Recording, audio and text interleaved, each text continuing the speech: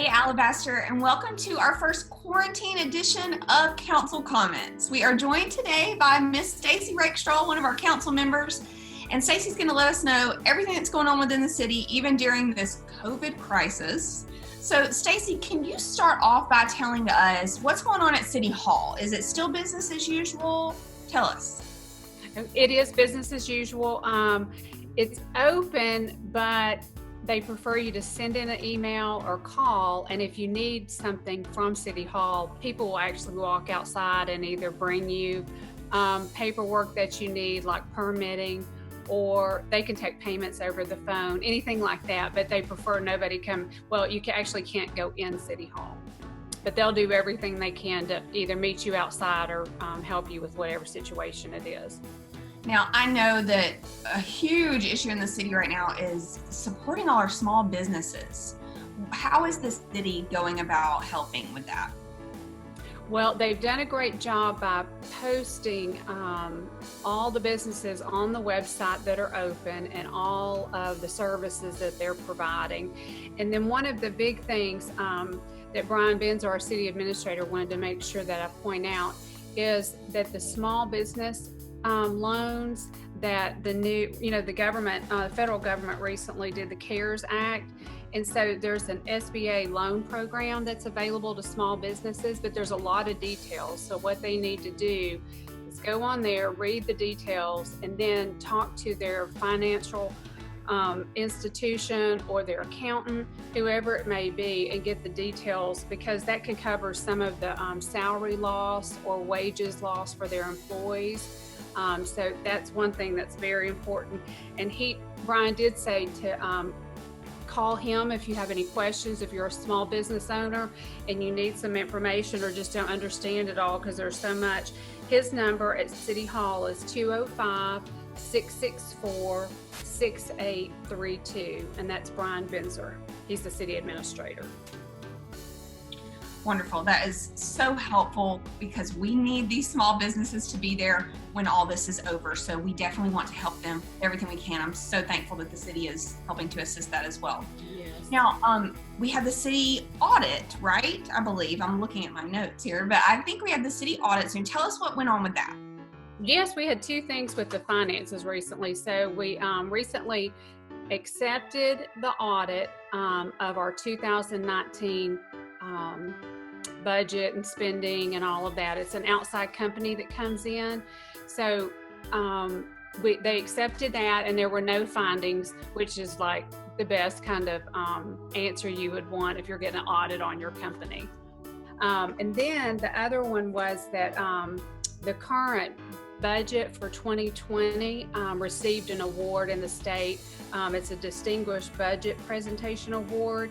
And we're one of only 4 cities again in the state that received that award. And so that was a big distinguishment. So really what the big goal is for that is for residents to be able to go online. And I actually posted it on our Facebook last night that you can go online and you can currently look at the city budget as we're spending it throughout this current budget year, which is ours is from October to September. I saw that post that you made, so that is great to hear that things are going so well financially. Can you give us some updates, though, on what's happening we've got lots of movement within the city, construction, things are changing, Veterans Park, what's going on with that? Well, Veterans Park, we've been planning all the changes. There's going to be some new fields. We bought the property in the front. There's going to be 4 new fields put in the front. But the first step is to move, if you're going south on 119, where you would regularly turn into the park, if you go about a block further down, that's where the new entrance is going to be. So it's going to be on the edge of the park. And that road that you turn in on now is actually going to be closed off. And that will eventually be an area for parents to sit, food trucks to come and set up. And then there'll be 2 multi-purpose fields on each side of that road, or that little, what used to be the entrance. And so right now we're considering 2 of the fields will be grass, but we're considering and looking at the financial side of whether we're going to turf the other 2 fields. And then, so ALDOT, we have to, partnership is so important, and we do that with ALDOT, which is Alabama Department of Transportation, and with Shelby County. They're helping us with the fields. And then also ALDOT is helping us financially with moving the road and helping with the new turn lane that's going to go in. And you told me that this is still ongoing. They're still working even through this time period, right? Yes, this is outside. They're all, the contractors are out there working on the road. And so once that gets finished, then they'll move to the next phase of, and I'm assuming they'll be moving all the dirt across the street because they have to level the land to get the fields just right for drainage. Yeah. So we talked for the past 2 months, I think with Sophie and with Rick, about Abbey Woolley Park.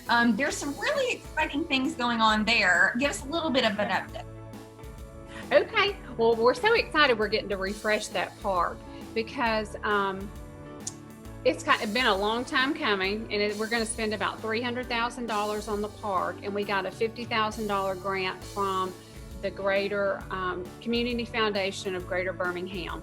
And what we're going to do is redo the basketball court. We'll have more lighting. We're going to move the playground, and there'll be new playground equipment. And then we're extending the walking trail. And the county is going to come in, and they're building a brand new bathroom out there, and they're going to re-roof the pavilion for us. So we're very excited. That's going to look great, and we're hoping that that's going to be done and ready to use for the residents by around August. Perfect. Just in time for some nice, cool fall weather. Well, maybe. I mean, it really won't get cool here till probably like December, but here's hoping, right? That's right. So talk to me about the Justice Center, because I drove by the other day and wow, everything has been cleared out. The rubble has been cleared out and big things are happening. It's exciting how fast that's moving. They're almost complete with clearing all the land. They've got most all the buildings down, and now they've just got to do the final cleanup. And then that'll take about 1 to 2 weeks. And then what you'll start seeing over the summer is the dirt moving and the earthwork and the land leveling, because now we know where exactly the new building is going to sit. And the new building is 33,000 square feet. And so it's just going to look beautiful in that area. And I know the police department is very excited. They're going to have a new building they can work out of. And see, then after the utilities and water lines are moved and all the dirt is leveled, what they'll do is send out the engineering and architect design. It'll go out for bids, and then we'll go from there. Then they'll start going vertical with the building, so we should start seeing a lot of progress soon. So exciting for our law enforcement. We want them to have a great facility to work out of so that they can better protect us. We'll take that any day, That's right? Exactly. Yeah. Now, talk to me about, Stacey, you've always been really big on the clean sweep and that the city puts on, and I know that is being canceled. Can you give us an update? I can. We were so disappointed that we had to do this, but it was just one of those situations as far as the COVID and the pandemic and everything. So there will not be the recycle or the e-cycle and the shredded event at Thompson, or at the former Thompson Intermediate School on 119 on Saturday the 18th.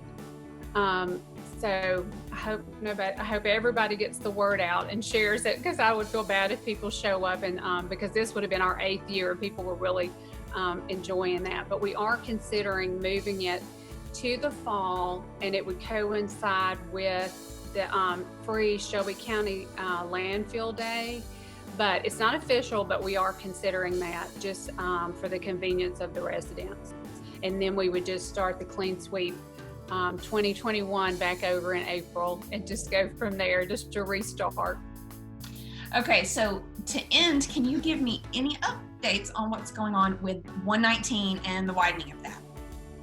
Yes, that's another exciting thing. So the company that is appraising the land, they're currently working down 119. appraising the property. They'll give all of that information to Aldot, and Aldot will start making offers to the property owners based on the amounts that they're given.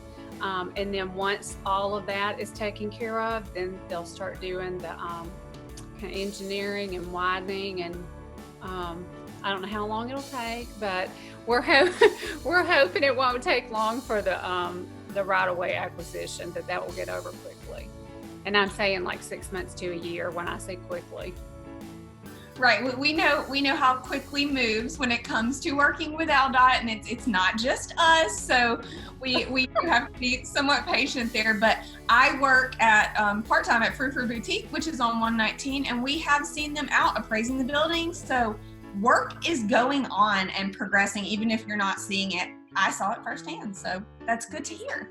And you know, the bridge work on I-65 at Alabaster, a lot of us probably hadn't noticed much of it lately because we haven't been traveling up to the promenade as much and shopping, but they are continually working on that, and they have a timeline of when they believe it'll be finished. And I'm sorry I don't have my notes here, but they are working, and it looks like they should be getting that done pretty soon. Well, lots of movement still happening even throughout this COVID crisis. We are so thankful to you for coming on and just giving us a city update. And guys, thanks for joining us as always on Council Comments, brought to you by the City of Alabaster.